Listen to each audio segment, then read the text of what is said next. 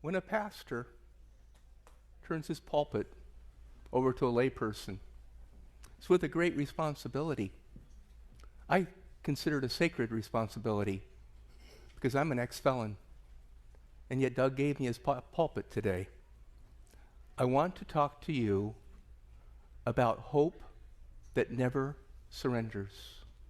I want to talk to you about Jesus Christ and the love of God and the work of the Holy Spirit.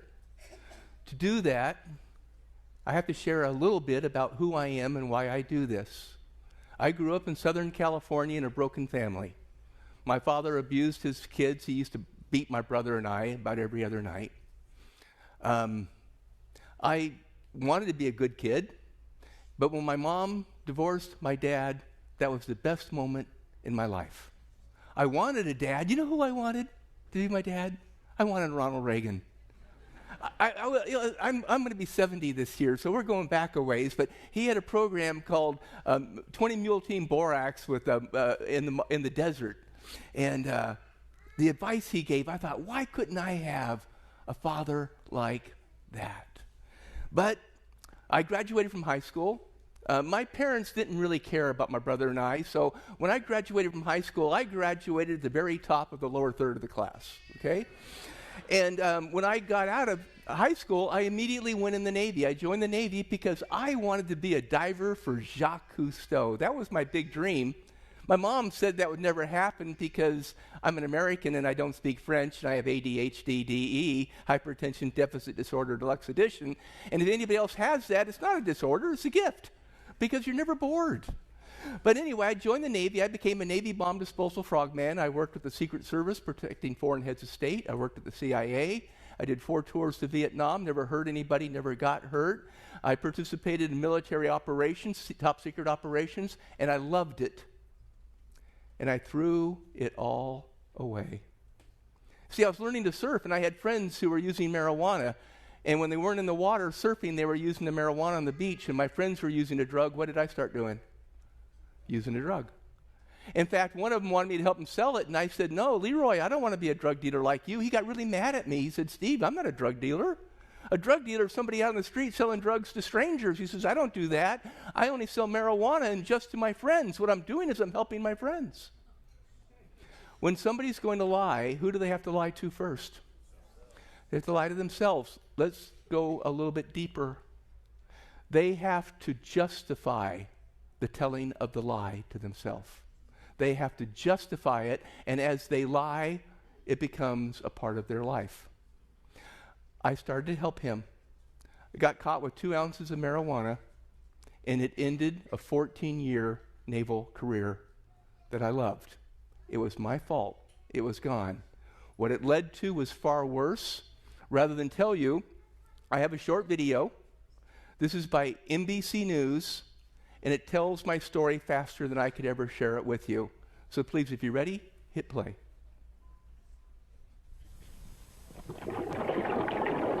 10 feet down in the blue water of the South Pacific, Steve Arrington is that close to disaster. And he's as happy as a man can be. Eye to eye with a great white shark, he's a man redeemed. I'm a very lucky person. What I've been through, I've experienced something that a lot of people don't get the chance to do. And because I've seen the shadowed side of the world, it makes me appreciate the light that's out there. Once upon a time, Steve Arrington was a young Navy golden boy, a frogman, a bomb disposal expert, officer material. Then one day he was caught selling marijuana, and he was out of the Navy and on the beach, and fell into the drug business. Was drawn like a fly to the web, found himself running cocaine for the Medellin cartel. He was faced with a choice: drive the car with the coke inside, or die. And so began his brief brush with notoriety, as a footnote in a worldwide publicity frenzy. The conspiracy was allegedly hatched between the auto tycoon and 2 other men. Arrington was arrested in Los Angeles by agents closing in on the John DeLorean case. A man leaped out of the darkness as he opens the door, and he jams a .38 special alongside my head, and he told me, move and die. And I thought it was a ripoff, and I thought I was about to die. And the next words that he said were the greatest words I've ever heard in my life. He said, DEA, federal agent, you're under arrest. Suddenly, I felt a burden had been lifted from my shoulders. I wasn't arrested. I was saved. He was sentenced to 5 years in a federal penitentiary. Arrington's life had hit bottom. You live in a cell like this. The cell is from here to here. You can stretch your arms out and touch both walls. I knew that I had to live with this, and I had a goal. I wanted to do things like this. But inside, he made himself a promise that no kid would ever come to a place like this if Arrington could prevent it. And now, with missionary zeal, he talks to students, scouts, anybody who will listen about the ugly world on the wrong side of the law. Prison is about fear. Everybody's afraid. The really big, gnarly, bad-looking dude, he's afraid. And people get murdered. Men get raped by men. You know, they don't need a reason for somebody to kill you in prison. Somebody can have you killed for 2 cartons of cigarettes in prison. 2 cartons of cigarettes. Value of somebody's life in prison. Do they listen? Yes, enthralled. Was it easy starting it over? Okay, was it easy starting my life over? Very good question. I walk up, or somebody's going to hire me, let's say, I walk up and I say, I'm an ex-felon. Do they want to hire me? Do you want to have me living next door? Do you want me dating your sister? Yes or no? No. No, it's a definite no. Until he asked the Cousteau Society, which decided that an old Navy frogman who had seen the worst of man would be perfect to study the world of sharks. This month he is in the South Pacific, staring down jaws, and, as we say, redeemed. I call this slide freedom. This is the type of things I thought about for my jail cell. Keith Morrison, NBC News, Los Angeles. I'm an ex-felon. I went to prison. I deserved to go to prison. Nobody wakes up one morning and says, you know what? I think I'm going to be a criminal and I'm going to spend most of my life in prison. What happens is he makes small choices, something that takes him out of the light and into the darkness. When I talk to kids, I tell them that we're social creatures. We like to do things together. If I'm doing something good, I want to involve my friends, my family. Well, the other side of the coin is when somebody's doing something wrong, they also try to involve their friends. And what they see is they see their friend, they don't see that dark, dark, scary world that's on the other side of them. The criminal dance leads to a drain, and sometimes there's no coming back. For me, I'm not going to tell you my whole story because I want to talk about Jesus Christ. I'm a writer. I write books. You can get my whole story there. What I want to talk to you is about hope that never surrenders. Hope that never surrenders. But in a nutshell, what happened is I went to a man who was once a father figure for me, a mentor. And he was an aviation engineering genius, and he lost all of his money in a contentious divorce. And his companies were leveraged, and he lost it all. And 7 years later, when I see him, I haven't seen him for 7 years, he tells me that he's a multimillionaire again, and that he's always looked upon me like one of his sons. And he wanted me to come to work for him as a pilot and as a right-hand man. And I thought it was a legitimate job. What I didn't know is he had become the #1 cocaine smuggler on the west coast of the United States. He was the #1 smuggler for the Medellin drug cartel. When he revealed what he was doing and he told me to co-pilot a plane to Colombia, I refused. That's court record. I refused. And then they brought out the guns and they said, it's really simple. It's called silver or lead. Get in the plane or take a bullet in the head. And as a coward, I got in the plane. And I did something I never should have done. Came back with 650 pounds of cocaine in an airplane. And then they ordered me to drive a car from Florida to California full of cocaine. I don't want to do this, but I did. And when I got in that car, it was in Florida, and it was a dark parking lot, and there was all these Colombians with guns, and as I get in this car, I'm scared to death. I just wasn't sure what I could do to get out. And as I start to drive the car away, I just want to relax, and so I turned on the radio. I wanted some music. And if we can show the first image, please. Instead of music, what I heard on the radio was Ronald Reagan announcing the war on drugs. October the 14th, 1982, he announces the war on drugs. War on who? Me. And I knew right then and there that I could not deliver that car. Instead of delivering the car, I abandoned it. I abandoned that car. You can go back to me if you like with it, because there'll be a moment for the next slide.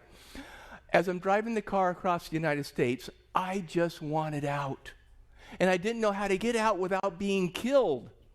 And so instead of delivering the car with $28 million of the cocaine in it, I abandoned it at an airport parking lot. I walked away. I called my boss up. I said, I quit.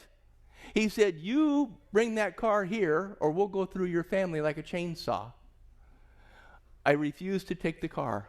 I went to where he was at, to the Marriott Hotel on Century Boulevard by LAX.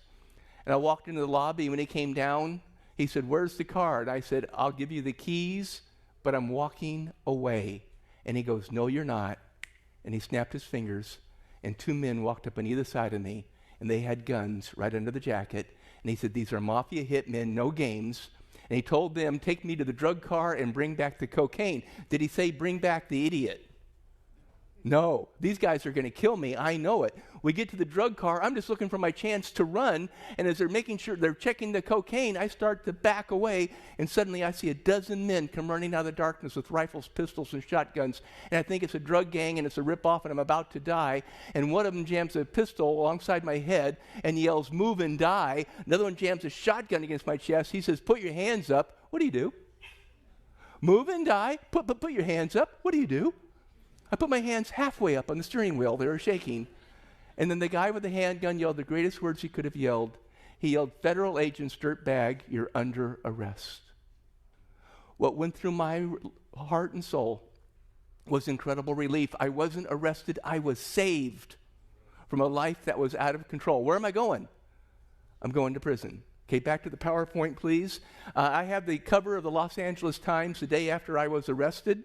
And it shows on the front page, John DeLorean, my new co-defendant. I went from 2 ounces of marijuana that ruined a naval career to 650 pounds of cocaine, to driving a car with $28 million of the cocaine in it, to becoming a co-defendant of what has been called the drug trial of the century. Wow. When I mess up, I don't play games, okay? I did not expect this. I had no idea. Look who's on the front cover. Who did I want to be associated with, DeLorean or Ronald Reagan? See how Ronald Reagan has his arms open? See that? This is the newspaper from the next day. There I am with Morgan Hetrick, the man I worked for. I'm going to tell my story quickly, if you don't mind. Well, I'll slow it down for one part. I became the inmate orderly. I cleaned the cell block. And a few months after I was arrested, there was a fight over television. And a young man who changed the channel on an older man, he had his back to him. The older man, there was a mop bucket with a ringer. And the older man pulled the ringer out, and he ran it behind the kid, and he swung it, and he hit him in the back of the head and fractured his skull. And blood went everywhere. And then they brought me out, they locked down the cell block to clean up the blood. And it was a lot of blood. And our prison was built before World War II, so it was an old prison. And as I wheeled this mop bucket full of water and blood, but it looked like all blood to me, back to the mop bucket room, deep sink room, I opened it, little room, yellow, dirty light, moldy, crusty, cracked, stained sink. And I take this beautiful red blood, and I pour it down the drain, and I saw hair in the drain. And I realized right there that I was going to die in prison. Because you see, they had told me I was facing 144 years to life because it was ongoing criminal enterprise with the RICO Act, and that I was going to be in prison for the rest of my life if I did not cooperate. I went back to my cell, and I got on my bunk, and I remembered something. As kids, we went to church a few times, just a few times. We went on Christmas and Easter, every Christmas and Easter for 2 years straight. Every Christmas, every Easter, 2 years straight. That was my Christian experience as a kid. But I remembered reading that the blood will set you free, and I now knew a lot about blood. And at 2 o'clock in the morning in a prison cell, I got down on my knees, and I began to pray. I did not expect my prayer to get answered. It did. Here's what I prayed. Father, I am so sorry I have thrown my life away. Society has locked me up. Friends have turned their backs on me. But what about you, Father? Are you there for a sinner like me, a felon in a prison cell? And suddenly this incredible feeling flushed through me. Not a word, an incredible feeling. And if it was a word, the word was always. Father, are you there for a sinner like me, a felon in a prison cell? Always. And it changed my life in a heartbeat. Now, when I say that, it did not take away my problems. I'm still facing 144 years in prison. Prison is a very scary place to be. It didn't take away my guilt. What it took away was the tragedy of the moment, and what it left in its place was the wonder that God still loved me. God still loved me. And my life was forever changed. It was 10 months before I could go before the judge and plead guilty, because I was planning on pleading guilty all along. I refused to testify against anybody but myself. I testified against me. And when I went before the judge, I had met with a probation officer, and she asked me, I told her that I was guilty, I deserved this, but I'm a Christian now, and whatever's coming at me, I have hope that can never surrender, so I can handle it. But she said, how much time do you think you should get? And I said, 5 years. And she said, what? I said, 5 years. She said, well, that's a serious sentence. And I said, well, look, I deserve to be punished. I did it. No excuses. I did it. I deserve to be punished. And 5 years is plenty of time to punish me, but it's not enough time to change who I am. And it won't take my hope away. So I'm hoping for 5 years. And then I went before the judge, and people had written letters. The prosecutor did his arguments. The defense did their arguments. And I got up before the judge, and I told him something. It's all documented. That I'm sorry, I shouldn't have done it, but I did. And that I want to do nothing but good for the rest of my life. And after you sentence me, when I get out of prison, I want to talk to young people about choices. That's what I want to do. And the judge sentenced me for I had 2 counts against me at that point. For the first count, he gave me 5 years. For the second count, he gave me 5 years. And he paused. And he said, your sentence will run concurrently. It means I got my 5 years. Do you understand? I can do this because it's what I asked for. It's what I asked for. I was a Christian at this point in time.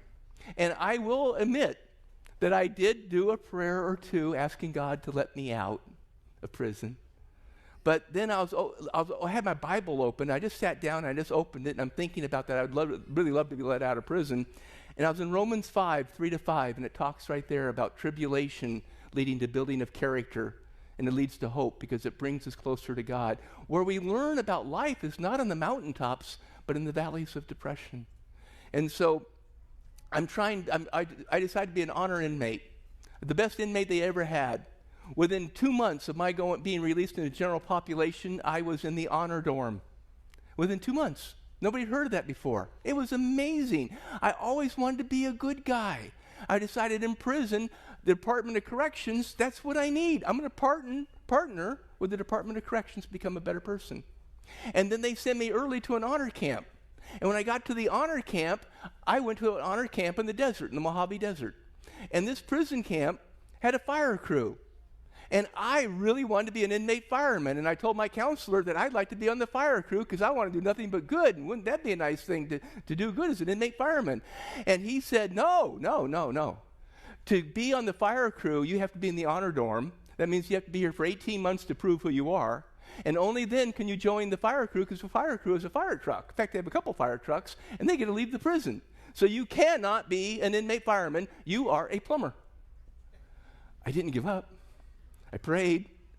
And then I went to see the safety officer. And please, if you're looking for work, listen to what I'm saying. I went to the safety officer and I said, sir, I deserve to be here. I did it. I'm trying to change who I am. For the rest of my life, I'm going to be a Christian. I'm going to serve God. And I'm only going to do good work as best I can. And I want to be an inmate fireman more than anything. I'll be the best inmate fireman you ever had. When I was in the Navy, I was the chief of Explosive Ordnance Disposal, Mobile Unit 1, Team 11. I was in charge of a bomb disposal team. I drove a fire truck, I drove a bomb disposal truck, red light and siren to stop bombs from blowing up. I'm committed. I'm motivated. I'll be the first one here every day. I'll be the last one to leave. I will always arrive with a smile on my face. I will polish the truck. I'll polish the toilet. I'll fix the truck. I'll fix the toilet. I will get along with everybody, and during times of danger, I will be the first one in. And 1 week later, I was an inmate fireman. You know, I can't, go ahead and go to the slides, please. How many of you would like to drive a fire truck like that? We had a 1948 Mack. It didn't look as nice as that one did, but we had a 1948 Mack. And when I joined the fire crew, I was with them for 2 months. And then the chief engineer, he got released from prison. And as he walks, he shakes hands with each of the firemen. And then as he walks away, the 6 of us firemen are standing there. And the senior fireman, he picks up the chief engineer's helmet. He picks up the chief engineer's helmet. And he takes it, come back to me, okay, he takes the chief engineer's helmet, and he walks all the way down the line from the senior firefighters to the most junior firefighter, and he hangs this on my peg. The crew voted for who led them. And I became chief engineer of an inmate fire crew and left the prison 17 times, driving a fire truck, red light and siren, all the excitement of a prison escape, but we were about saving lives. Isn't this amazing?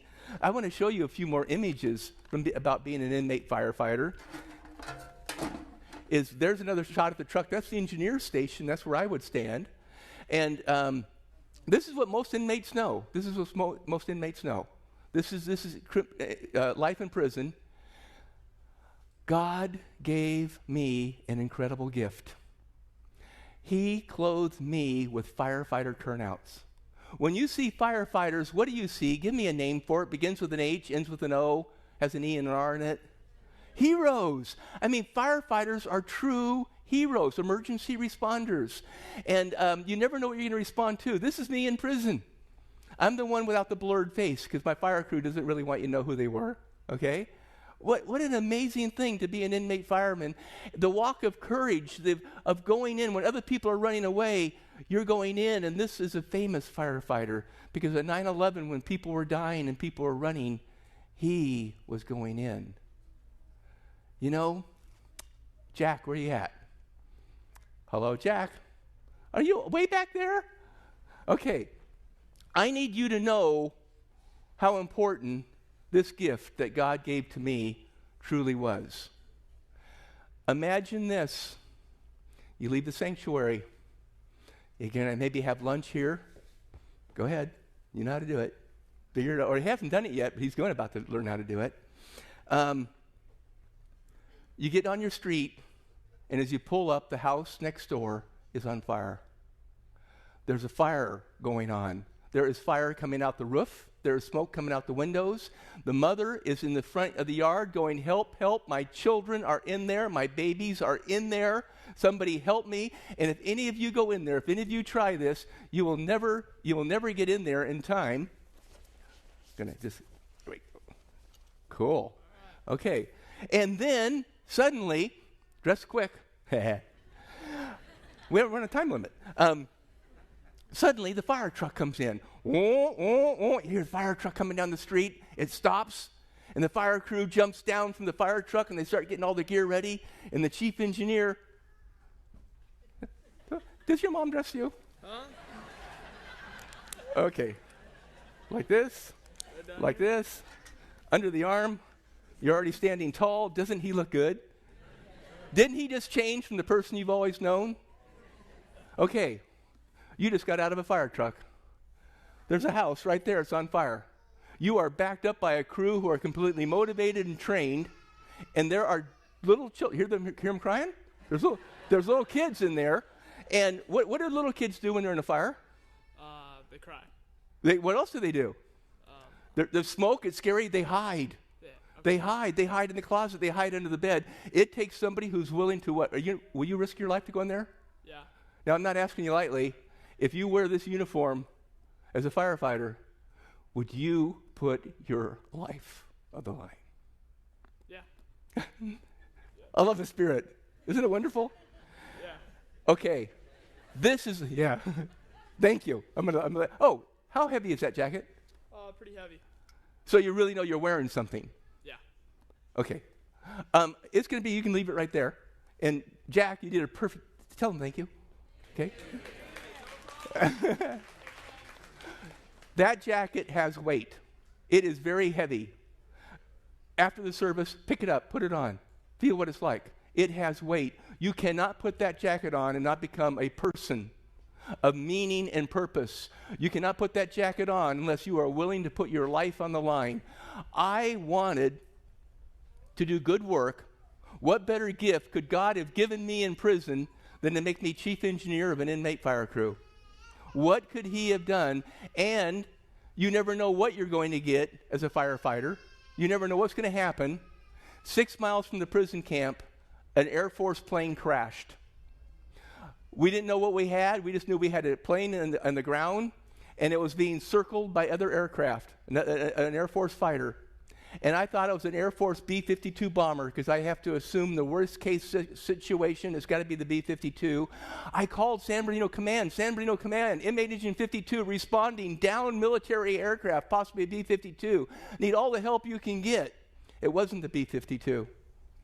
It was the first stealth bomber, the first supersonic B-1A4 aircraft to crash. This is it. It was the most advanced aircraft in the American inventory, and it went down 6 miles from Boron Prison Camp in the open, rugged desert. And in this plane, the whole crew goes out in a capsule. The whole crew. You can come back to me now instead of the PowerPoint. The whole crew goes out in a capsule. And when I saw it, I didn't know it was that plane. All I know is I'm responding with a fire truck. I'm driving it off-road. A 1965 Ford fire truck. I'm driving it off-road. And finally, we get to the crash site, and I see the airplane burning here, and less than maybe 150 yards away, there's a capsule. And that's how I knew it was the B-1A, because that was the only aircraft where the whole crew went out in a capsule, and the door was closed. That meant they were in trouble, that they needed help. And I took our fire truck, and I went, and as I went alongside of it, 2 men jumped off the back, and then I put the fire truck into a slide to try to knock back the fire, because the fire was coming for it. And then we just pushed the fire away from the capsule, and 2 helicopters landed. As we got the doors open, we got 2 men out alive. One was already dead. The pilot was already dead. We got 2 men out alive. And then I saw a dozen helicopters. It was like an airhead in Vietnam, an airhead being an assault. And they came in 3 diamonds of 4 helicopters each, really low over the desert, rushing at us full speed. And they start to settle around us in dust clouds, and Air Force men jumping out with rifles. And this one gunny sergeant, he ran up to me, and I'm standing there with a helmet that says Chief on it. And he immediately deferred to me, and he goes, Chief, what do you want us to do? And I said, help me contain the fire. Get the shovels off the truck. We're not trying to put any fires out. We're just going to protect the capsule. And for 20 minutes, I was in charge of the top secret site for the crash of the B-1A bomber in May of 1984 as an inmate. An Air Force officer flew in, and he walked up to me, and he goes, where'd you guys come from? And I'm going, Boron Prison Camp. He says, you're inmates? You can't be here. This is a top secret site. I said, sir, if we weren't here, who would have saved your crew of your B-1A? He said, what makes you think it's the B-1A? I said, come on, I'm a pilot. That's a B-1A bomber. He said, that's top secret. You can't tell anybody. I just got done putting it out over the radio. They pulled me off the fire crew for that. Later on, they put me back on. But then I got out of prison. And I was scared to death because I wasn't sure what I was going to become. What was going to happen to me when I got out of prison? I'm not going to be a chief anymore, except for maybe at a 7-Eleven of a mop and a bucket. And so when I got out, I was told to go see my parole officer. And he said, Arrington, I want you to go apply for a job at the College of Oceaneering. I said, what? He said, the College of Oceaneering. He said, you know what that is? I go, yeah. You're like, yeah, I know, but do you think they'd hire me? He goes, no, but you can try. And so I went to the College of Oceaneering. And the College of Oceaneering is the number one commercial diving school in Southern California.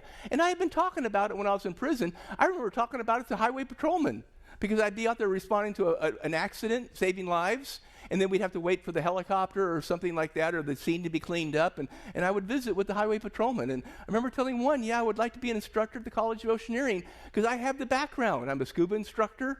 I'm a CPR instructor. I'm a first aid instructor. I'm a hyperbaric chamber supervisor. I have the background. I could do that job. But he said, do you think they hire you? And I said, I don't know. It's a co-ed college. I'm just out of prison. I don't think so. And so I go to the College of Oceaneering like I was told to do, and I met Tom Mix, the air diving supervisor, and I told him my story and asked him if he wanted to hire me, and he said, nope. I said, do you know anybody who might like to hire someone like me? He goes, nope. He said, but I like your story, and I want to shake your hand. And so when I put my hand out, he dropped a set of keys in it. And I said, what are these keys? He said, the keys to the college. I go, why are you giving me keys to the college? He says, you're our newest instructor. I said, I thought you weren't hiring. He said, I'm not. I hired you yesterday. How could you hire me yesterday? Because I have been getting letters, and the college has been getting letters from highway patrolmen and other law enforcement officers, from prison guards, of all these people said that this is where you want to work, and they said that I could really work out here and that they had to give me a shot, or if you didn't, you would get tickets if you tried to drive across the desert. And so here I am. Go ahead and go to the image, please. Let me see which one's up there. Okay, so here I am, 3 days out of prison. Do I look like a scary criminal there? Do I look like a scary criminal now? I have always been me, and you will always be you. But if you want to know true wonder and joy in life, then you give who you are, you surrender yourself to Jesus Christ. You do this, and it will change your life like you can't believe. And if you do his work, you share his work, you do things to help people, things are going to happen like you can't believe. Now, what did I tell the judge I wanted to do? I wanted to talk to kids. Guess how many I talked to? Almost none, because I was too ashamed.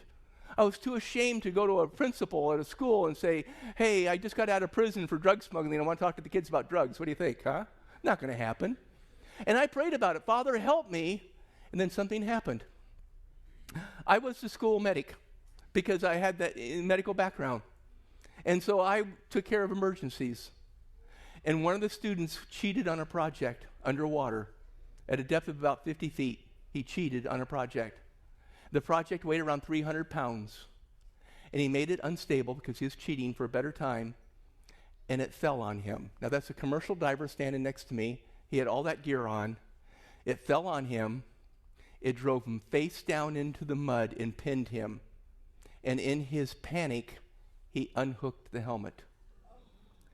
And he screamed, and then they heard the water. And then he died. He was trapped underwater for over 8.5 minutes. This is a commercial diving college. There are legal books, record keeping that we do. Everything is documented. This was completely documented by several sources. He was trapped underwater without air for over 8.5 minutes. When they got him to the surface, he was a corpse. He was purple from too much CO2, no oxygen. His eyes were fixed and staring. He was flaccid. As we laid him down on the deck, water flowed out of his mouth. But I had been a CPR instructor for 14 years, and my job was to do mouth-to-mouth resuscitation and CPR. And as I got down to do mouth-to-mouth resuscitation on this young man, I am praying for all I'm worth, Father, let it be your breath, not mine. It's too late for me. It's never too late for you. We did CPR for 20 minutes before the fire department arrived and transported the boy away. And we knew he was gone. And the next day, I was teaching in the classroom when the air diving supervisor ran in and yelled, he woke up.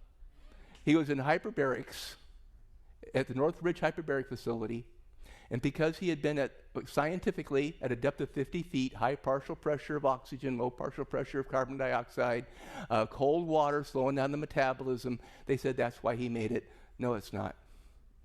He made it because God used my breath to save his life.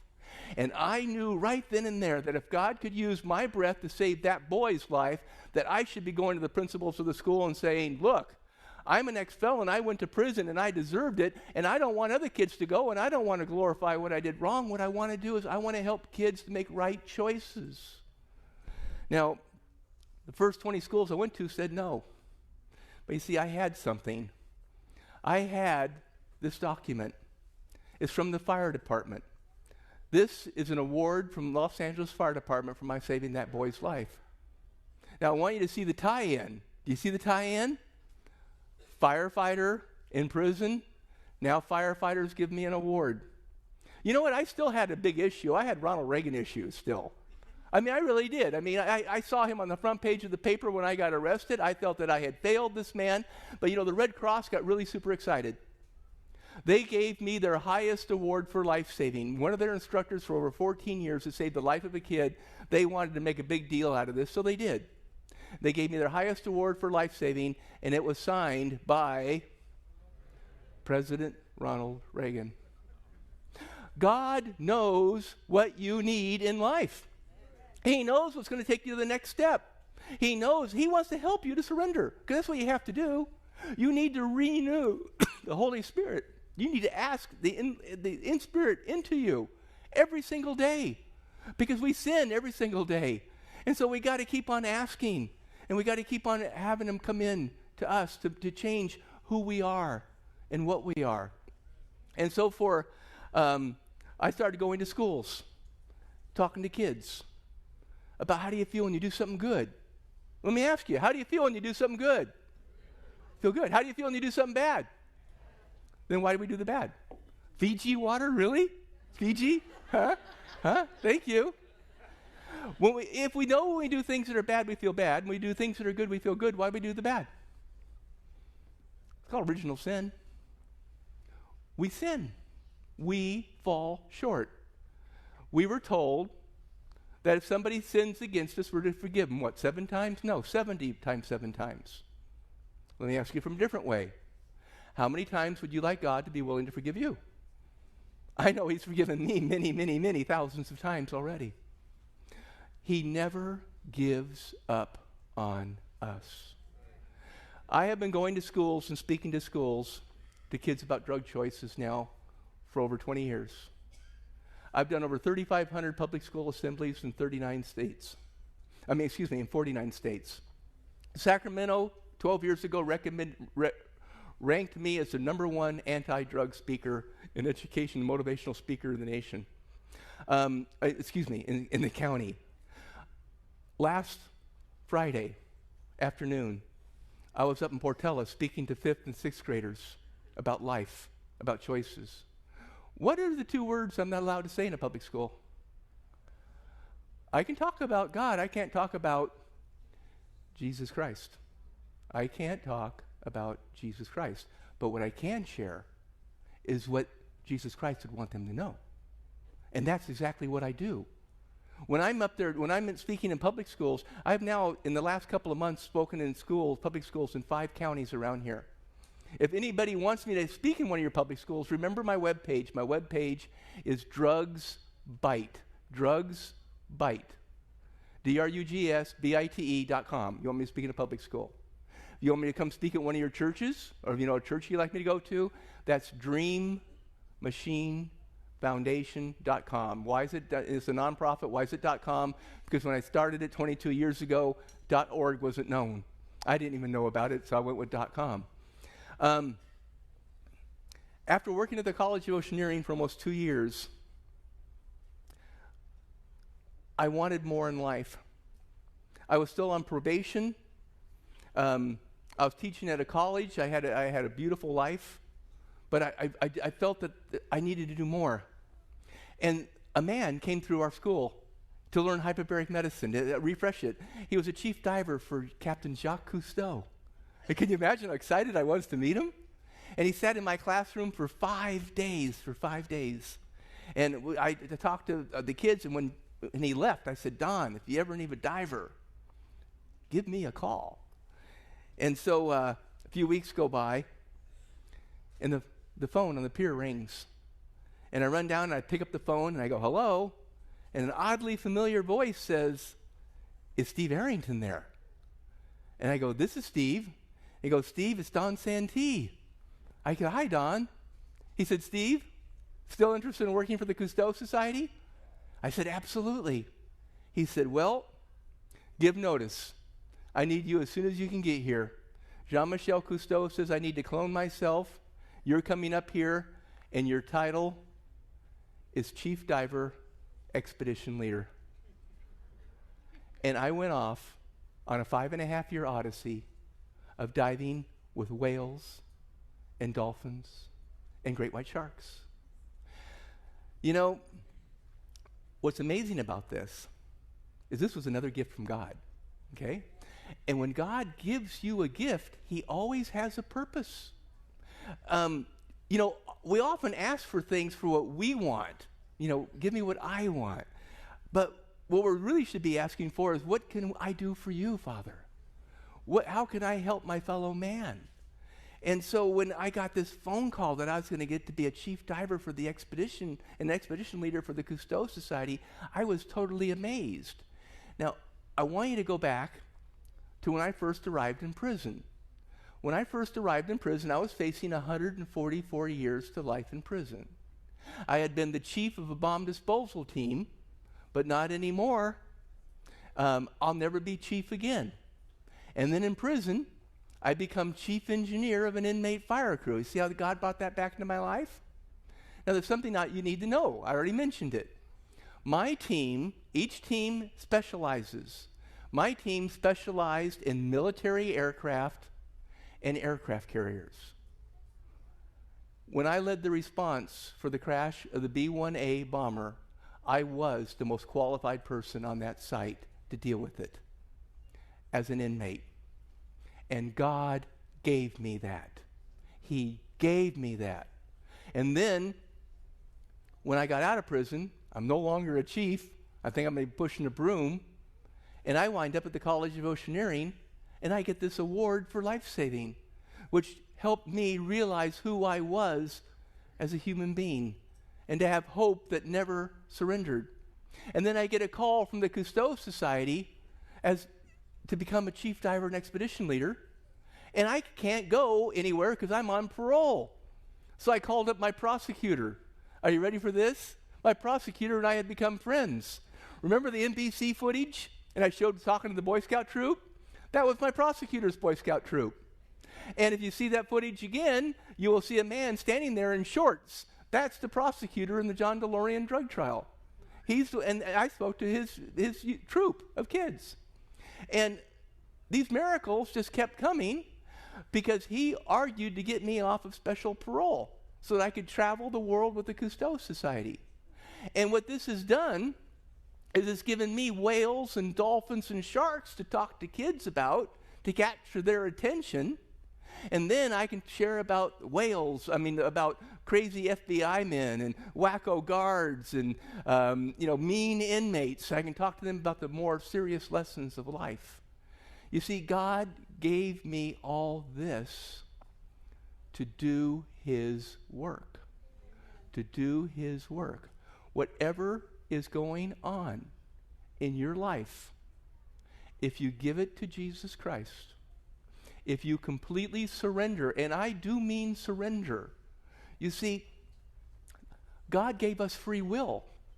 We make choices. We have to choose. When you surrender to God, you're allowing him to begin to change who you are. And I don't know how he's going to change you, because what do we know? We're just human beings. But he will make opportunities for you. After 5.5 years with the Cousteaus of diving with whales and dolphins and sharks, I wanted to speak full-time to kids. That's what I wanted to do. I've now done 3,500 public school assemblies. Spoken in hundreds of churches. Spoken to audiences up to 10,000 people with kids. Because this is the toughest time ever in America to be a young person growing up. This is the toughest time ever in America to be a kid growing up. If you don't know this, you should. I'm going to share it with you right now. The number one killer in the United States for children 10 years old, to adults 45 years old, is unintentional death. Unintentional death. They used to call it death by accident, accidental death. Now they call it unintentional death. You know why? The number one cause of unintentional death, is drug overdose for 10 years old to 35 to 45-year-olds. The number two cause of death in the United States for children 10 years old to young adults 35 is suicide. It's suicide. The number three cause of death for children 15 to young adults 25 is homicide. That's why I call it Battlefield America. We are fighting a war right here, and it's families on the front line, and there is a place for you in it to help. With the divorce rate, with families split up, with grandma and grandpa living in one state, aunts and uncles in another state, what kids need is love. They're always wondering, what is going to change it for kids? They spell love, they spell love, T-I-M-E. Spend time with them. Grandparents, connect with your grandchildren, because you are the fonts of wisdom that these kids absolutely need in their lives. They need you. You are required. It used to be that's how we raise kids. And now so many kids in schools are apathetic. They don't have hope. Mentor. Get involved as a church. You know, when I got that letter, that award from the Red Cross, signed by Ronald Reagan, you know, it felt like a presidential pardon for me. It felt like a presidential pardon. But 9 years ago, I filled out the paperwork for a real pardon. I didn't hire an attorney to fill it out for me. I didn't make contributions to a political party. I just filled out the paperwork and sent it in. And then they sent it back and said, hey, fill in the spots we've marked. And I sent it back in. And when I spoke at churches and schools and such, people would write letters to President Bush. Nothing happened. Then they wrote them to President Obama, and years go by and nothing happens. And then I found out that there was a secret memorandum that was leaked. And it was where President Obama had sent out a memorandum to the Department of Justice saying, I do not want any applications for a presidential pardon to cross my desk by anybody who was a serious drug felon. You know what the name of my case was? Because of John DeLorean? The drug trial of the century. I called up the prosecutor, and I said, what do you think the chances of me getting a pardon are? He says, none. He used other words, but he said none. And I talked to my judge, and I said, I was applying for a pardon. He says, let me be the number one person to recommend you. And he wrote a letter for me for a pardon. And time goes on, and then it's the last days in office. And I just think, I'm never going to get a presidential pardon. I've been pardoned by God, but I'll never be pardoned by my country. And you see, I'm a patriot. I wanted to serve my country. I volunteered during the Vietnam War. I did 4 tours in Vietnam. I'm a patriot. I always wanted to be a good person. 2 ounces of marijuana destroyed my life. Why can't I have my life back? Why can't I be a citizen like you? And then on January the 17th last year, my phone rang, and I picked it up, and it said Washington, D.C. on it. And I've been fooled before, because every time it's from Washington, D.C., it's a marketing call. But I picked it up, and I said, this is Steve Arrington.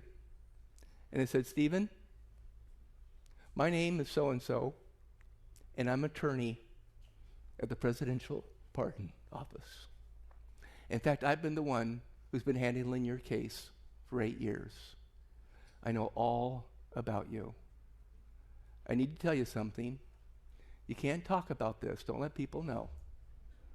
But right now, President Obama is signing a full and unconditional pardon for you. And here it is on the screen. And this is the first time in a church I've ever been able to show this and not cry. Because the wounds go deep. And only God can reach down so far and make you right again. And then, on his last day in office, President Obama took the time to write me a letter congratulating me. That's his signature. I'm a person again. I'm a citizen of the United States. I can run for sheriff if I want to.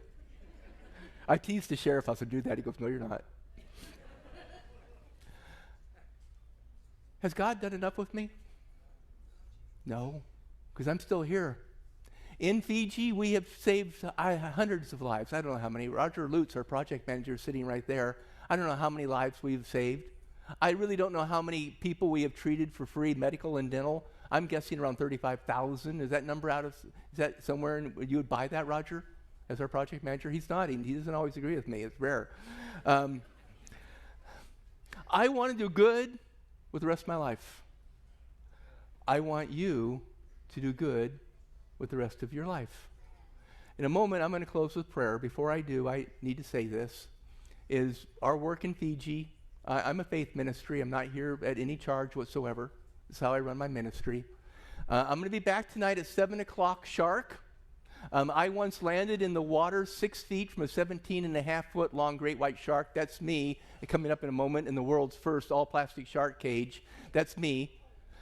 If you come back tonight, you will have a great time. I will talk about whales and dolphins and sharks. I will share about Fiji. If you've been wanting to bring a visitor to this church and have them come back and with a really positive feeling, let it be tonight at 7 o'clock sharp. I will be here, okay? But I get to take an offering tonight, but I'm not going to take one this morning.